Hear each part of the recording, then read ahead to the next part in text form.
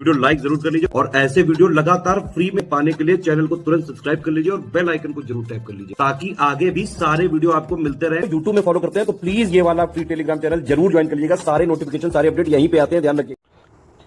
तो दोस्तों, साइंस के एक और PYQ सीरीज में आपका स्वागत है। आज हम लोग अपना लेक्चर 151 क्वेश्चन से शुरू करेंगे। अगर इससे पहले के 3 लेक्चर आपने नहीं देखे हैं तो प्लीज़ उनको भी देख के आइए। पूरा डिटेल में हम लोग कर रहे हैं साइंस। अगर आप इतना करते हैं जो मैं करा रहा हूँ तो आप यकीन मानिए 70 से 80% सवाल साइंस के आप ईजिली टैकल कर सकते हैं। ठीक है, चलिए। तो सबसे पहला प्रश्न है अनाक्सी श्वसन, जिसको इंग्लिश में एनारोबिक रेस्पिरेशन बोलते हैं। तो ये क्या होता है भाई? तो देखिए, 2 तरह का होता है, एक अनाक्सी एक नाक्सी, यानी एनएरोबिक होता है एक क्या होता है, एनारोबिक होता है, और एक एरोबिक होता है। अब एरोबिक रेस्पिरेशन या नाक्सी एक्सप्रेशन वो होता है जो ऑक्सीजन की प्रेजेंस में होता है ना। ऑक्सीजन होगी तभी वो होगा, नहीं तो नहीं हो पाएगा। और एनारोबिक जो ऑक्सीजन की प्रेजेंस में नहीं होता है। तो इसके लिए इसको इंट्रामोलिकुलर बोलते हैं। क्या बोलते हैं? इंट्रामोलिकुलर। क्या बोला जाता है? आपको याद रखना है, इंट्रामोलिकुलर बोला जाता है। या कभी कभी दूसरा नाम यूज़ करके फर्मेंटेशन भी बोल देते हैं ना, इंट्रामोलिकुलर या फर्मेंटेशन। तो ये याद रखिएगा आपको, ठीक। उसके बाद मृदा वर्गीकरण के अनुसार मध्यम काली मृदा को ऑर्डर में रखा गया है। यानी सॉइल टैक्सोनॉमी की बात करें अगर, तो medium black soil are grouped in which, तो इसको हमने ऑक्सीलोलिस ऑर्डर में रखा है। किस में रखता है? मतलब ऑक्सीसॉल्स किस में रखा है? ऑक्सीसॉल्स में रखा है। याद रखिएगा किसको? ब्लैक सॉइल को। ब्लैक सॉइल और ग्रुप्ड इन ऑक्सीसॉल ऑर्डर। अगला है, कह रहे हैं निम्न चूनायुक्त पदार्थों में डैश का उदासीन मान सबसे अधिकतम होता है। यानी among the following liming material dash has highest neutralizing value. तो किसका जो है उदासीन मान सबसे ज़्यादा होता है इनमें से? तो इनमें से सबसे ज़्यादा उदासीन मान किसका होगा चूनायुक्त पदार्थों में? कैल्शियम ऑक्साइड का। किसका होगा? कैल्शियम ऑक्साइड का होगा। तो ऑप्शन डी हो जाएगा 153 का। इसके बाद में 154 राइजिनन। क्या? राइजिनस एक शारीरिक विकार डैश फसल से संबंधित है। Ricinus is a psychological disorder related to which crop. तो ये जो शारीरिक विकार है राइजिनस, ये किस फसल में होता है? अगर आपसे पूछेगा तो डायरेक्टली आप बताओगे फूल गोभी। ठीक है, राइजिनस किस में होता है? फूल गोभी या कलीफ्लावर में होता है। ठीक है। अब अगला प्रश्न है, ये बीज के वर्ग हैं और ये टैग का रंग है ना। इसमें मतलब कौन से बीज में कौन सा कलर यूज होता है ये बताना आपको। तो जैसे ब्रीडर सीड है, इसमें सुनहरा पीला कलर गहरा यूज होता है। फाउंडेशन सीड यानी आधार बीज जो होते हैं सफ़ेद। प्रमाणिक बीज में बैगनी और सत्य अंकित बीज में नीला। कौन सा सही है? देखिए, जो प्रजनन बीज होते हैं उनके पास टैग का रंग होता है गोल्डन येलो, ये ठीक है, यानी सुनहरा पीला। फाउंडेशन सीड का पर्पल होता है, ये भी सही हो जाएगा। और जो सर्टिफाइड सीड होती है उनका टैग नीला होता है, ना कि पर्पल होता है। और पर्पल किसका होता है? रजिस्टर्ड जो सीड्स होती हैं, रजिस्टर्ड है ना, उनका होता है ये। तो यानी इसमें पहला और दूसरा सिर्फ सही होगा, पहला और दूसरा। फिर ये है लिस्ट मैच करनी है आपको, जैसे सूचक फसल, इंडिकेटर क्रॉप, साइलेज फसल, सिलेज क्रॉप, एवेन्यू फसल और वेयर फसल, है ना। तो टफ लग रहे होंगे आपको क्योंकि साइंस के भाई ये क्रॉप से रिलेटेड एग्रीकल्चर के सवाल है। तो इन्हीं को अगर आप कर लोगे तो भी आपका काम बन सकता है। तो सूचक फसल की अगर बात करें तो सूरजमुखी को बोलते हैं सूचक फसल या सनफ्लावर। और सिलेज क्रॉप यानी साइलेज फसल में आता ही है बरसीम। कौन आती है? बरसीम आती है। एवेन्यू क्रॉप में अरहर आ जाती है एवेन्यू फसल में। और वेयर फसल में आलू आ जाएगी, वेयर फसल में आलू आ जाएगी। यानी 156 का ऑप्शन बी सही हो जाएगा आपका। इसके बाद ये प्रोडक्ट और प्रोटीन है, कौन सा उत्पाद में कौन सा प्रोटीन होता है ये तो आसानी से बता सकते हो आप। जैसे अंडा, दूध, मांस और ऊन, है ना। अंडे में क्या होगा? एल्बुमिन प्रोटीन होगा, अंडे में एल्बुमिन प्रोटीन होगा। दूध में सबको पता है कैसीन प्रोटीन होता है। अगर आपको सिर्फ एक भी आता होता कि मिल्क में कैसीन प्रोटीन होता है ना, बचपन से पढ़ा होगा, तो बी में 1 यहाँ दिख रहा है, डी ऑप्शन हो जाता।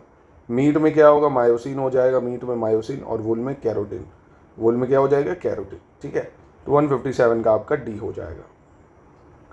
किस पदार्थ में गंधक अधिकतम मात्रा में पाया जाता है? Which material contain maximum amount of sulphur. तो सबसे ज़्यादा गंधक या सल्फर किस में होता है इनमें से? तो आप देखते हो ना, प्याज में भी बहुत वैसी महक आती है, ये गंधक यानी अमोनियम सल्फेट, इसकी वजह से। यानी अमोनियम सल्फेट में सबसे ज़्यादा जो है गंधक की मात्रा होती है, सल्फर की मात्रा होती है। इसके बाद 159 जेंथिन के ऑक्सीकरण के लिए उत्प्रेरक एंजाइम जेंथिन हाइड्रोजीनेज में कौन से तत्व पाए जाते हैं? The oxidation of xanthine is catalysed by xanthine dehydrogenase contain. कौन से एलिमेंट होते हैं इसमें? तो इसमें होते हैं मॉलिबेडनम। क्या होता है? मॉलिबेडनम। जेंथिन के ऑक्सीकरण के लिए उत्प्रेरक एंजाइम जो होता है जेंथिन हाइड्रोजिनेज, इसमें मॉलिबेडनम तत्व पाए जाते हैं। इसके बाद कह रहा है पर परागित फसलों के लिए कौन सी प्रजनन विधि उपयुक्त नहीं है? Which method of breeding is not appropriate for cross pollinated crop. तो पर परागित फसलों की कौन सी प्रजनन विधि उपयुक्त नहीं है, ये बताइए। देखिए यहाँ पे आसान शब्दों में अगर आप समझे तो क्रॉस पॉलिनेटेड जो क्रॉप्स होती हैं, कौन सी? क्रॉस पॉलिनेटेड क्रॉप्स, इनके लिए आप मास सिलेक्शन नहीं यूज़ कर सकते हैं। क्यों नहीं यूज़ कर सकते हैं? क्योंकि ये जो सेल्फ पॉलिनेटिंग क्रॉप्स होती हैं ना, सेल्फ पॉलिनेटिंग क्रॉप्स मतलब स्वपरागित जो होती है, उनके लिए यूज़ होता है ये। और कई जगह आपको रिकरेंट सिलेक्शन भी देखने को मिल जाएगा, है ना। कई जगह आपको रिकरेंट सिलेक्शन भी देखने को मिल सकता है, क्योंकि इसमें थोड़ा सा कन्फ्यूजन लोगों को हो जाता है अक्सर। तो आयोग तो ऑप्शन ए को इसमें मानता है, ठीक है। तो आप ऑप्शन ए को लेके चलेंगे। चलिए अगला देखते हैं। Leopold matrix is associated with Leopold matrix, ये किससे संबंधित है? क्या होता है लियोपोल्ड मैट्रिक्स? मौसम पूर्वानुमान, आपदा प्रबंधन, पर्यावरण आदि प्रभाव की आकलन विधि या पर्यावरण कानून। तो लियोपोल्ड मैट्रिक्स है environmental impact assessment method use करा जाता है, यानी पर्यावरण आदि प्रभाव को आकलित करने की जो विधि है उसको लियोपोल्ड मैट्रिक्स बोलते हैं। क्या बोलते हैं? Leopold matrix. तो ये इन्वायरमेंट में भी पूछा जा सकता है आपसे, और हालांकि पूछा गया ही है, तभी भी ये पूछा है, इसमें PYQ है। फिर कह रहा था electricity controlled magnetic material used in machine should have. मशीनों में प्रयुक्त विद्युत नियंत्रित चुंबकीय पदार्थों में क्या होना चाहिए? कम पारगम्यता, उच्च संतृप्त फ्लक्स, कम पारगम्यता, कम संतृप्त फ्लक्स घनत्व, उच्च पारगम्यता और उच्च संतृप्त फ्लक्स घनत्व, या उच्च पारगम्यता कम संतृप्त फ्लक्स घनत्व। यानी देखिए जो इलेक्ट्रिकली कंट्रोल मैग्नेटिक मटेरियल होते हैं उनमें क्या होनी चाहिए? परमेबिलिटी पहली चीज़ हाई होनी चाहिए, और सैचुरेशन फ्लक्स डेंसिटी भी हाई होनी चाहिए। दोनों ही चीज़ें क्या होनी चाहिए? ज़्यादा, यानी उच्च पारगम्यता भी हो, उच्च संतृप्त फ्लक्स भी हो, ठीक है। तो मशीनों में जो प्रयुक्त होता है विद्युत नियंत्रित चुंबकीय पदार्थ, उसमें उच्च पारगम्यता और उच्च संतृप्त फ्लक्स हो, ठीक है। दोस्तों कल आपने एक न्यूज़ देखी जो SDM 2017 के हैं, है ना, अमित शुक्ला नाम है शायद उनका, रैंक 1 थे। एक विधायक ने उनको तमाचा मार दिया, मतलब। तो आप देख सकते हो ना, मतलब नौकरी इतनी भी आसान नहीं होती है। पीछे वगैरह आप सोचते हो कि नहीं मैं SDM DSP बन गया तो मेरा जलवा ही जलवा। आपके ऊपर भी बैठे हैं ये सब जो जाहिल नेता होते हैं इस तरह के ना, जिनको मतलब अगर 10th का एग्ज़ाम दिलाओ ना वो ना पास कर पाए, और ये इतना रौब उसमें झाड़ते हैं, है ना। तो RO में ना आपको इस चीज़ का थोड़ा सा बेनिफिट है। कारण क्या है? आपको पब्लिक से डीलिंग करना नहीं है, जो प्रेशर बनेगा इतना। सिंपल से आपको फाइलों को चेक करना है बस, है ना, फाइल्स की समीक्षा करनी है, भेज देना है। दूसरी चीज़ इन सब में क्या है? ट्रांसफ़र की बड़ी दिक्कत होती है। आप देखते ना ऐसी जगह ट्रांसफ़र करवा दूंगा कि तुझे पब्लिक देखने को नहीं मिलेगी। मतलब बच्चों को लेके जाओ, भी बच्चों को लेके जाओ, बार बार स्कूल चेंज, है ना, बहुत प्रॉब्लम्स होती तो है ही है यार ट्रांसफ़र वगैरह में। RO में ऐसा कुछ नहीं है, पूरे जीवन लखनऊ में ही कट जाएगा, वहीं सचिवालय में ही आपका। यहाँ पे क्या है? कोई छुट्टी का टाइम नहीं है, 24 आवर ड्यूटी में कुछ भी हो सकता है आपका। यहाँ क्या है? आपको 6 डेज़ मतलब 5 डेज़ इवन सैटरडे संडे की ऑफ है, गर्मियों की भी छुट्टी है।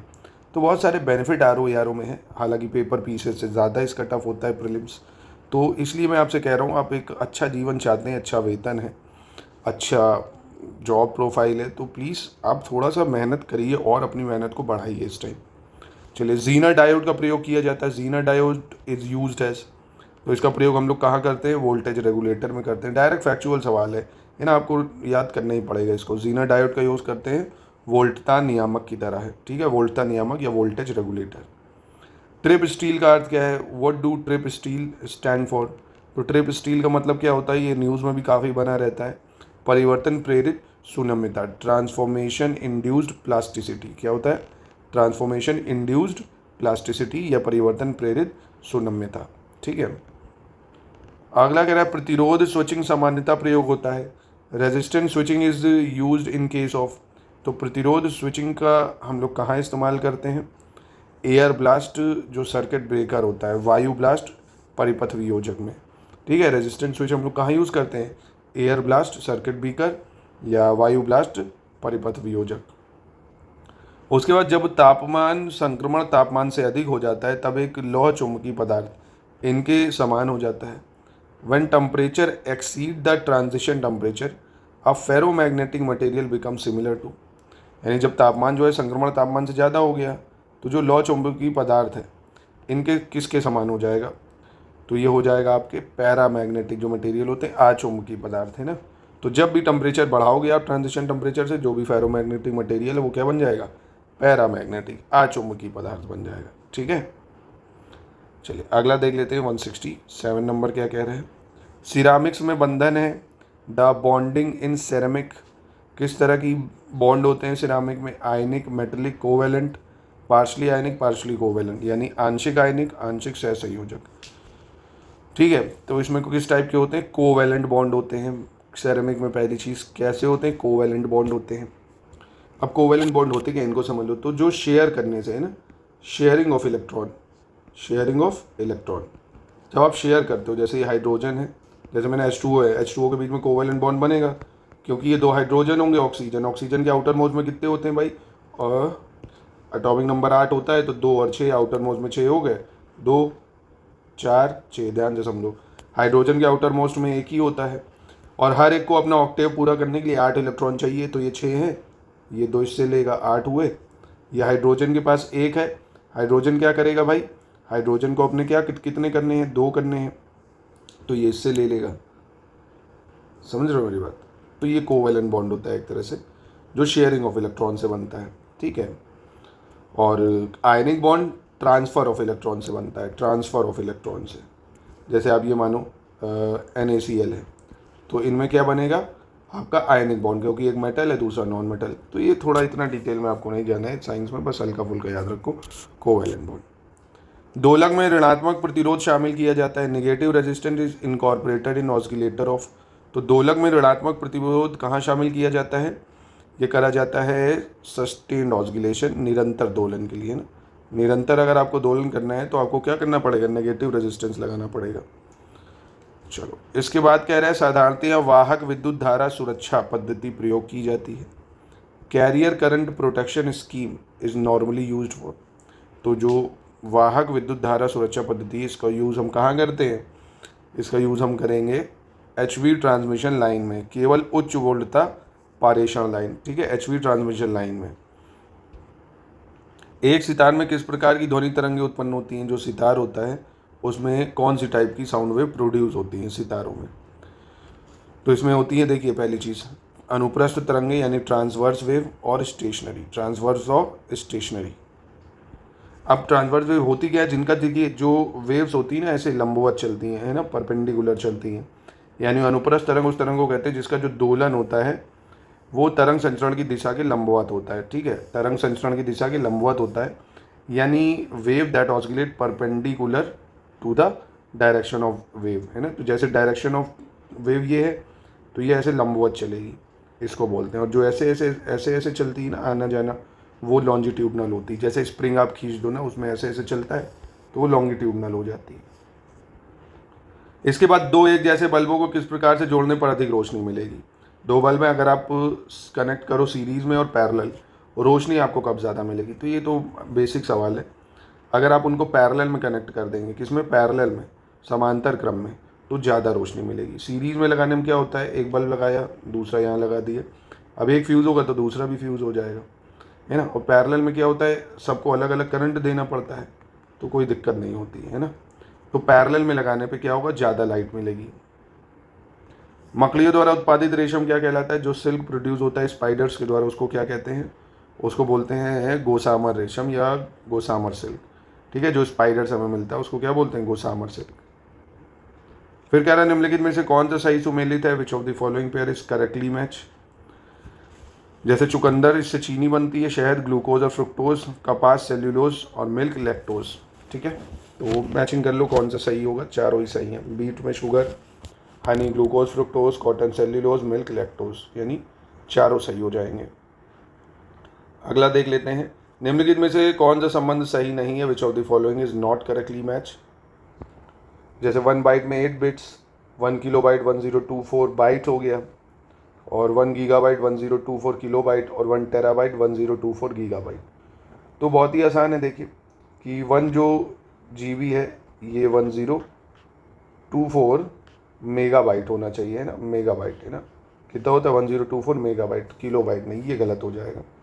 तो 174 का सी रॉन्ग हो जाएगा। फिर कह रहा है निम्नलिखित में से कौन सा कथन सही नहीं है, which of the following is not correctly match. मनुष्य का कान 1000 हर्ट्ज पर सबसे सुग्राही होता है, सेंसिटिव होता है 1000 हर्ट्ज पे। Human I become most sensitive for red colour, आँख जो है लाल रंग के लिए सबसे अधिक सुग्राही है। सुनने की जो दृढ़ता है 1/10 सेकंड होती है, परसिस्टेंस ऑफ हियरिंग। और दृष्टि की दृढ़ता 1/16 होती है, यानी परसिस्टेंस ऑफ विजन। कौन सा गलत है? तो यहाँ पे देखिए बी वाला गलत हो जाएगा, क्योंकि ह्यूमन आई जो होती है मोस्ट सेंसिटिव रेड के नहीं होती, येलोइश ग्रीन कलर होती है ना, येलोइश और green light, yellowish green light, yellowish, फिर से लिख देता हूँ, येलोइश ग्रीन। अब इसको भी ना बोलना, हिंदी में बता दो, इतने तो बच्चे हो नहीं अब। चलो, how is liver affected on fasting for more than 10 days. 10 दिनों से अधिक दिन तक उपवास करने पर लीवर पर क्या प्रभाव पड़ता है अगर आप 10 दिन से ज़्यादा जो है उपवास रखते हैं? तो glucose level in liver diminished, यानी लीवर में ग्लूकोज का स्तर कम होगा, बढ़ेगा, या ट्राइग्लिसराइड घटेगा या बढ़ेगा। देखो, अगर आप 10 दिन या उससे ज़्यादा फास्ट रहते हैं तो ग्लूकोज का जो लेवल होगा लीवर में एकदम कम हो जाएगा, ग्लूकोज का लेवल, ठीक है। उसके बाद कह रहे थे chief source of hydrogen sulphide pollutant. Hydrogen sulphide प्रदूषक का मुख्य स्रोत क्या है?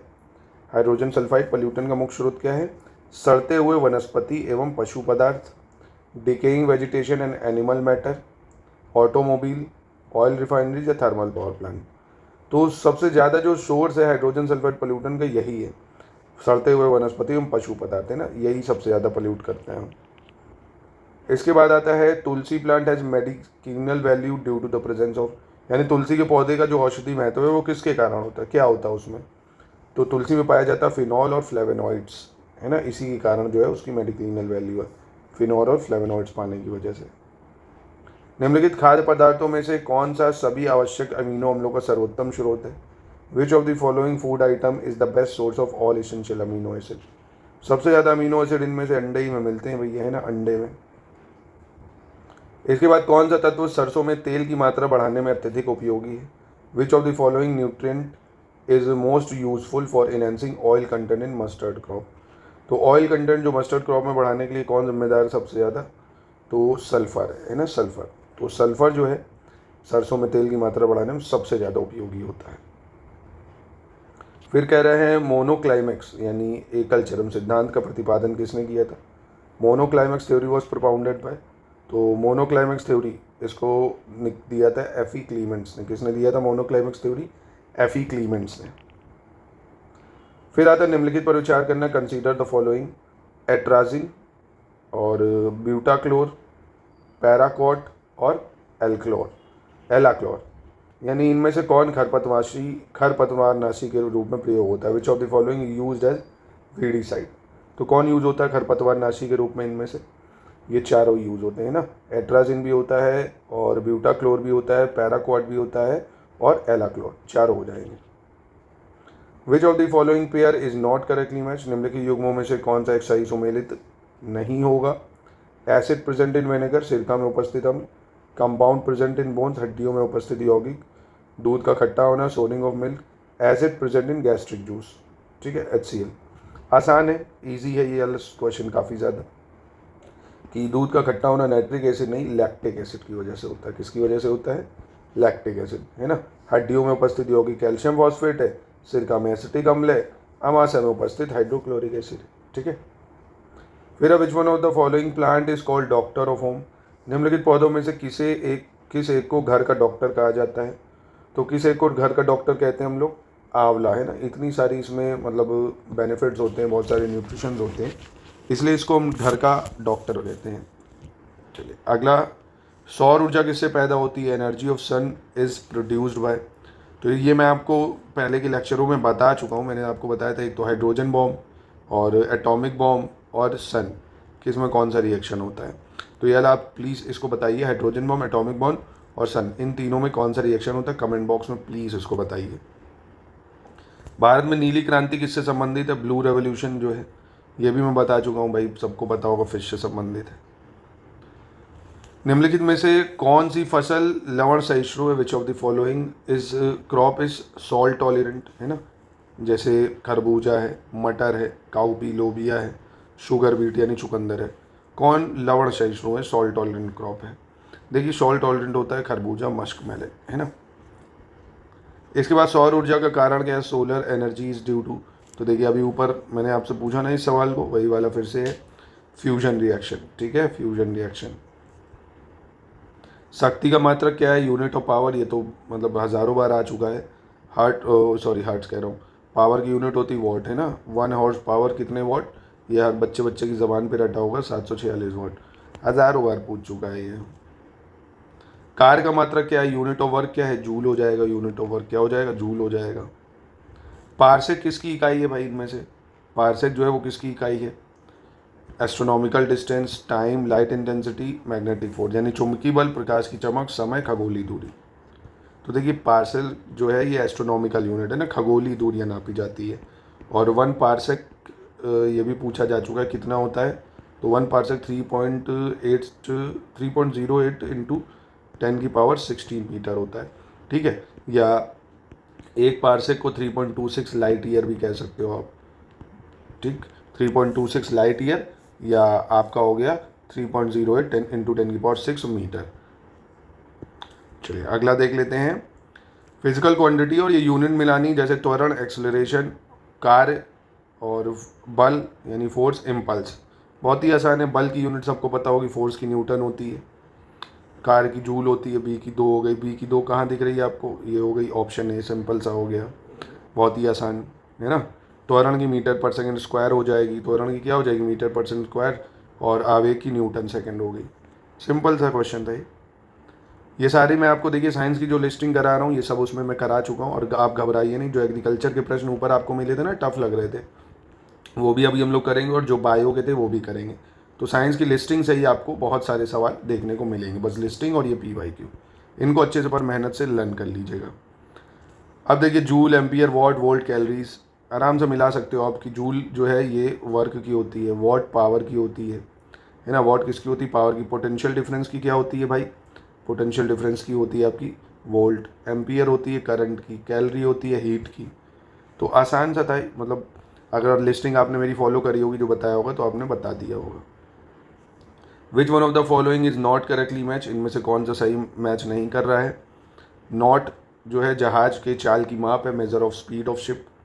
नॉटिकल माइल जो होती है नौत संचालन में प्रयुक्त दूरी, यानी unit of distance used in navigation. Angstrom प्रकाश के तरंगदैर्घ्य की इकाई, यूनिट ऑफ वेवलेंथ होती है angstrom. Light year unit of measurement of time, तो ये गलत हो जाएगा, क्योंकि लाइट ईयर का हम लोग जो वास्ट डिस्टेंस होती है ना उसको मेज़र करने के लिए यूनिट मेजरमेंट ऑफ डिस्टेंस कह सकते हो, वो भी एस्ट्रोनॉमिकल डिस्टेंस, खगोलीय दूरियां जो होती हैं लंबी लंबी, उनको मेज़र करते हैं। हाई वेलोसिटी यानी उच्च वेग, वेवलेंथ यानी तरंगदैर्घ्य, प्रेशर यानी दाब, एनर्जी जूल, मतलब एनर्जी, तो एनर्जी का जूल होगा, यानी डी का 4 हो जाएगा। ठीक, प्रेशर का क्या हो जाएगा? पास्कल, सी का 3 हो जाएगा। वेवलेंथ का क्या होगा? एंगस्ट्रॉम हो जाएगा। हाई वेलोसिटी यानी उच्च वेग, मैक हो जाएगा। तो बहुत ही आसान है, यानी 1 2 3 4 हो गया answer. 1 2 3 4 get on the dance floor, तो 195 का सी हो गया। अगला कह रहा 1 micron represent a length of, 1 micron लंबाई प्रदर्शित करता है। तो 1 माइक्रोन जो होता है इसमें 10⁻⁻4 सेंटीमीटर होती है। कितनी होती है? 10⁻⁻4 सेंटीमीटर होती है। ठीक है, 10⁻⁻4 का मतलब ये है ना, 4 जीरो नीचे, 1/10,000। ठीक है, इसमें कोई कन्फ्यूजन नहीं होनी चाहिए। इसके बाद कह रहा विच of the following is not correctly match, इनमें से कौन सा सही मैच नहीं कर रहा है ये बताइए। तो सबसे पहले डेसिबल यानी ध्वनि की प्रबलता, लाउडनेस। हॉर्स पावर, पावर की यूनिट होती है। अश्वशक्ति। समुद्री मील, डिस्टेंस यूनिट इन नेविगेशन, नौ संचालन की दूरी की इकाई। सेल्सियस यूनिट ऑफ हीट, तो ये गलत हो जाएगा। हीट की जो होती है जूल होती है। क्या होती है? जूल। सेल्सियस ये टेम्परेचर की कह सकते हो आप। ठीक है, हीट की यूनिट जूल होती है। इसके बाद निम्न में से कौन ऊर्जा की इकाई नहीं है? Which of the following is not unit of energy. तो देखिए सेंटीग्रेड जो है ये ऊर्जा की इकाई नहीं होती है, टेम्परेचर की होती है। बाकी कैलोरी, अर्थ, जूल ये सब एनर्जी की इकाई हो जाएगी। चलिए अगला देख लेते हैं। तेल के एक बैरल में कितने लीटर होता है? इंपॉर्टेंट है ये सवाल। 1 बैरल ऑफ ऑयल कितना होता है? मतलब एक जो बैरल होता है उसमें कितने लीटर होते हैं? 159 लीटर होते हैं ना। एक बैरल ऑयल अगर बात जब हम करते हैं तो 159 लीटर की बात करते हैं। उसके बाद कह रहे हैं स्मॉलेस्ट यूनिट ऑफ लेंथ, लंबाई की न्यूनतम जो इकाई है वो क्या है, माइक्रोन, नैनोमीटर, एंगस्ट्रॉम या फर्मीमीटर। तो देखो सबसे पहले एक माइक्रोन का भी बात करें अगर तो 10⁻⁻6 मीटर होता है। 10⁻⁻6 मीटर एक माइक्रोन होता है। एक नैनोमीटर की बात करें तो इसमें 10⁻⁹ मीटर होते हैं। और एंगस्ट्रॉम की बात करें 10⁻⁻10 मीटर होते हैं। फर्मी मीटर में 10⁻⁻15 होते हैं। तो सबसे छोटी इकाई क्या हो गई, फर्मी मीटर हो गई, है ना।